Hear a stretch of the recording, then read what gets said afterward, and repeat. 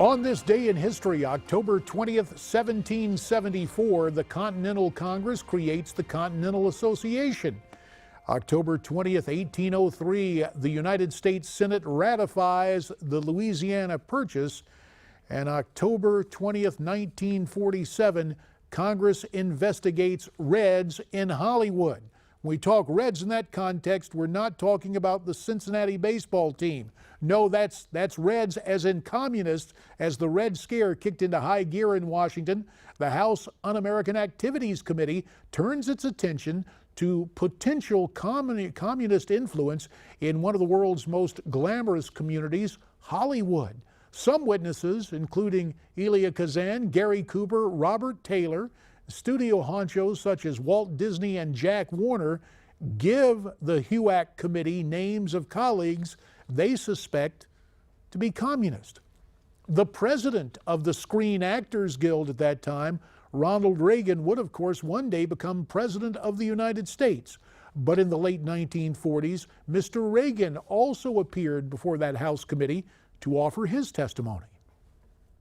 Next on the list of witnesses is Ronald Reagan, who says, I will be frank with you that as a citizen, I would hesitate, or I would not like to see any political party outlawed on the basis of its political ideology, because we've spent 170 years in this country on the basis that democracy is strong enough to stand up and fight for itself against the inroads of any ideology, no matter how much we may disagree with it.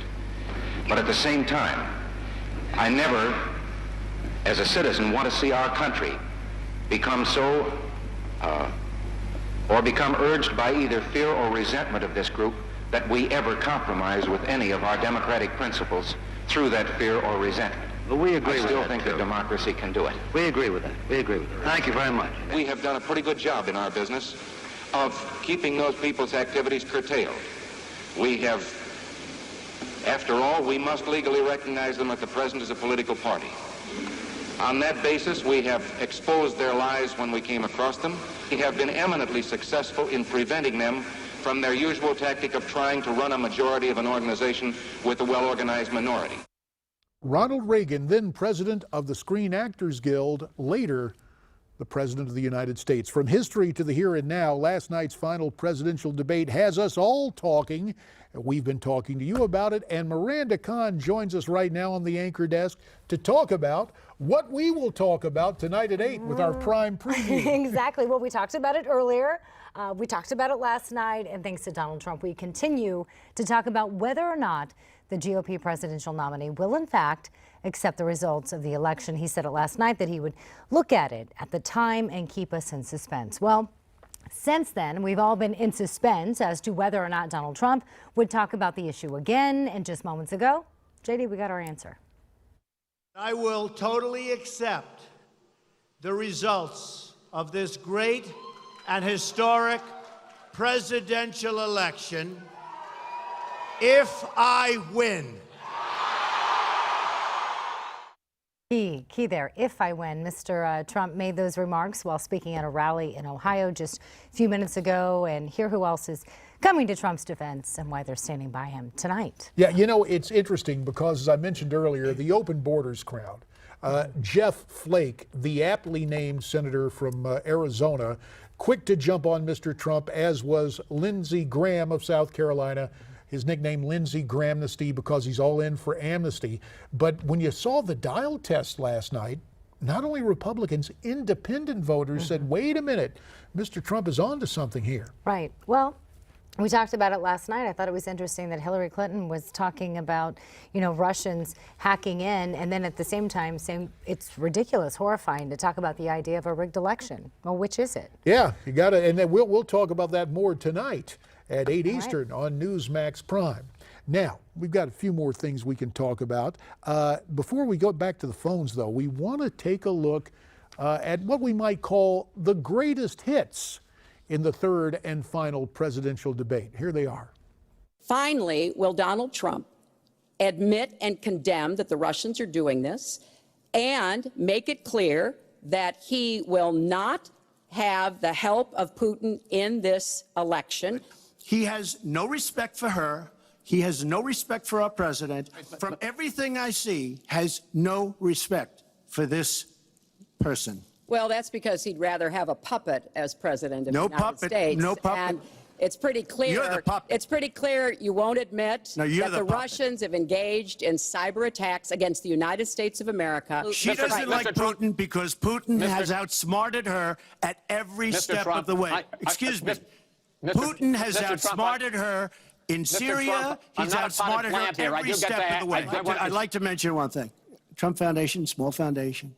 People contribute. I contribute. The money goes 100% goes to different charities, including a lot of military. I don't get anything. I don't buy boats. I don't buy planes. One But of last- course, there's no way we can know whether any of that is true because he hasn't released his tax returns. He is the first candidate ever to run for president in the last 40-plus years who has not released his tax returns. So everything he says about charity or anything else, we can't prove it. It's a They've gotten criminal for their word. enterprise. Saudi Arabia giving $25 million, Qatar, all of these countries. You talk about women and women's rights. So these are people that push gays off business, off buildings. These are people that kill women and treat women horribly. And I'd be happy to compare what we do with the Trump Foundation, which took money from other people and bought a 6-foot portrait of Donald. I mean, who does that? It just was astonishing. It is just horrible what's happened to these people in these communities. Now, she can say that her husband did well, but boy, did they suffer as NAFTA kicked in, because it didn't really kick in very much, but it kicked in after they left. Boy, did they suffer. Donald has bought Chinese steel and aluminum. In fact, the Trump hotel right here in Las Vegas was made with Chinese steel. So he goes around with crocodile tears about how terrible it is, but he has given jobs to Chinese steel workers, not American steel workers. Mr. Trump? You know, were I very voted- much involved, excuse me, my turn. You were very much involved in every aspect of this country, very much. And you do have experience. I'd say the one thing you have over me is experience, but it's bad experience. Because In the 1980s, I was working to reform the schools in Arkansas. He was borrowing $14 million from his father to start his businesses. what I've seen is so bad. First of all, the media is so dishonest and so corrupt, and the pile-on is so amazing. There was even a time when he didn't get an Emmy for his TV program 3 years in a row, and he started tweeting that the Emmys were rigged against Should have him. gotten it. Are you saying you're not prepared now to What commit I'm to that saying principle? is that I will tell you at the time. I'll keep you in suspense. We're not in suspense. We're just happy to have you calling in. Let's get back to the phones to Little Ferry, New Jersey for Alex. Hi, Alex. Hey, how are you? Okay, thanks. What's on your mind? Well, I just want to say, I'll talk about the debate, but I just want to say I am a millennial. I'm a college student, and I'm a Trump supporter. My whole family's a Trump supporter.